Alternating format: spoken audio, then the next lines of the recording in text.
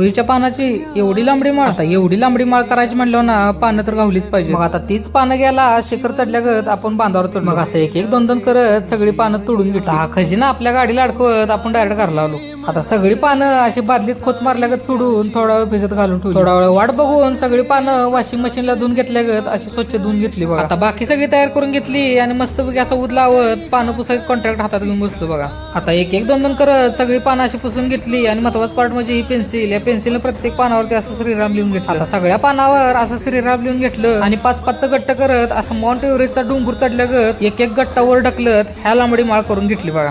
आता सकाळी लवकर उठून असं छानपैकी आवरून घेतलं आणि आपल्या घोड्याला म्हणजे आपल्या रायडरला आपला असा खजिना अडकवत आपण डायरेक्ट आपल्या ग्रामदेवताला म्हणजे आपल्या मारुतीरायाला गावात आलो. आता आल्या आल्या अशी छानपैकी अगरबत्ती वाळून घेतली आणि ओमबोटसा करत आशीर्वाद घेतला. आता गावभर घुमणारा आवाज म्हणजे घंटा वाजवत कासू मामाचा आशीर्वाद घेत आपण आलो डायरेक्ट पुजारी मामा. आता खजिने काढल्यागत अशी आपली माळ काढली आणि डायरेक्ट पुजारी मामाच्या हातात दिली. आता पुजारी मामानं ती माळ अलगद अशी आपल्या लाडक्या मारुतीरायाच्या गळ्यात अडकवली. माळ घातल्यावर ना मारुतीरायाचं रूप पण बघा कसलं भारी दिसते. मग असं डोकं टेकवत छानपैकी आशीर्वाद घेतला. पुजारी मामाला फोटो काढ्या म्हणून एक छानपैकी फोटो पण काढून घेतला. आता मंदिरात अजून एक महत्वाचा विषय म्हणजे सध्या चालू असणार आपल्या महाराजांचं बलिदान मास म्हणून आपल्या संभाजी महाराजांचा पण आशीर्वाद घेतला.